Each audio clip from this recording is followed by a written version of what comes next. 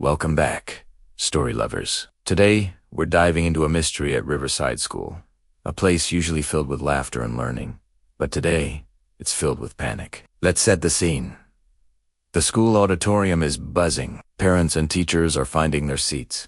Programs are rustling, and the air is thick with anticipation for the annual talent show. Backstage, however, things are far from calm. Lily, the school's star violinist, was moments away from her big solo. She'd been practicing for months, her fingers dancing over the strings of her beloved violin, a beautiful instrument named Stradivarius Jr., or Junior for short. She'd just stepped away for a quick drink of water, leaving Junior resting safely in its case. But when she returned, the case was empty. The violin was gone. Panic erupted. Lily's eyes welled up with tears. The show couldn't go on without her solo. Teachers scurried around, checking under tables and behind curtains. But Junior was nowhere to be found. Just when all hope seemed lost, someone shouted a name that brought a hush over the frantic backstage area. "Get Detective Danny." Now, Danny wasn't your typical detective. He was the youngest, and arguably the cleverest, student at Riverside School. While other kids were trading stickers, Danny was solving mysteries, like the case of the missing mascot costume or the phantom lunchbox swapper. He had a reputation for seeing things others missed. With his trusty magnifying glass in his pocket and a mind as sharp as a tack, Danny was the school's last hope. He arrived at the scene, the music room, which was now a makeshift crime scene. He surveyed the area with a calm, focused gaze that made him seem much older than his years. Lily, trying to hold back her sobs, explained what happened. "I was only gone for a minute, Danny. I came back, and Junior was just gone." Danny knelt, his eyes scanning the floor. He wasn't looking for fingerprints or secret notes. He was looking for something much smaller. "Ha ha," he said, pointing to the polished wooden floor. To an ordinary person, it looked like nothing. But to Danny, it was a crucial clue. A faint, shimmery trail of white dust. He gently touched it with his finger. "Rosendust," he announced, "from a violin bow. The trail leads this way."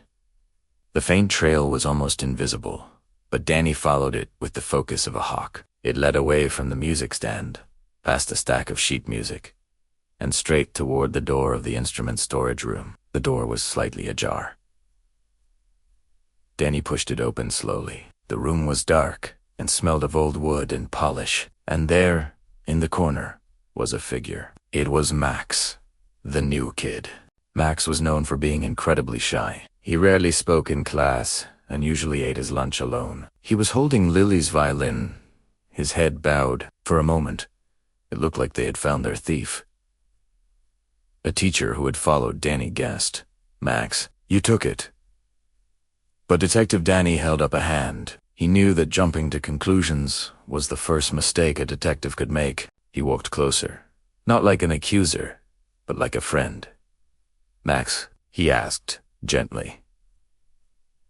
"What's going on?" Max looked up, his eyes wide with fear. He clutched the violin tightly. He wasn't trying to hide it. He was cradling it. "I didn't steal it," he stammered, his voice barely a whisper. "I swear." He held out the violin for Danny to see. "I was passing by and heard a strange sound. A little ping. I peeked in and saw the violin, one of the strings. It was loose. It was about to snap." Danny examined the violin. Sure enough, the E string was sagging. Max continued, "I know a little about violins. My grandpa taught me. I knew if Lily played with the string like that, it would break right in the middle of her solo. I just wanted to fix it. I brought it in here so I could tighten it without anyone seeing. I was going to bring it right back, but then I heard everyone shouting, and I got scared. I didn't know how to explain." Suddenly, the mystery wasn't a mystery of theft anymore. It was a mystery of misunderstanding. Max wasn't a thief. He was a helper, a quiet, shy helper who was too afraid to speak up. His good intentions had been mistaken for something else entirely. Danny smiled. "Case solved," he declared. He turned to the teacher and to Lily, who had just entered the storage room. It wasn't a theft. he explained. It was an emergency repair. He brought Max and Lily together. At first, they were both hesitant, but Danny helped them talk. Max showed Lily how he had carefully tightened the loose string, his hand surprisingly steady and confident as he worked on the instrument. He explained how a sudden break could have not only ruined her performance, but also potentially damaged the violin S-bridge. Lily's tears of panic turned into tears of gratitude. She realized Max hadn't just saved her solo. He might have saved Junior from serious damage. "Thank you, Max," she said, her voice full of relief. "You're a hero." Max blushed, a small, shy smile finally appearing on his face.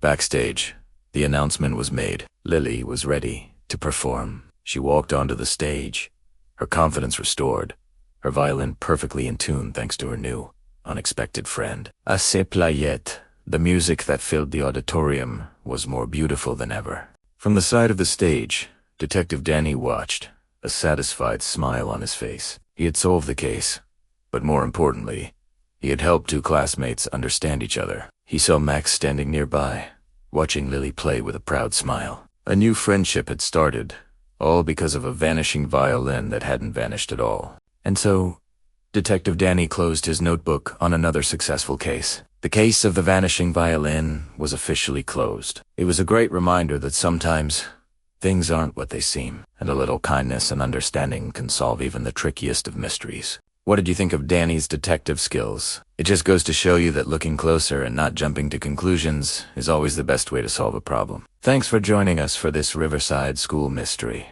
If you enjoyed our story, don't forget to hit that like button and subscribe for more adventures. We'll see you next time.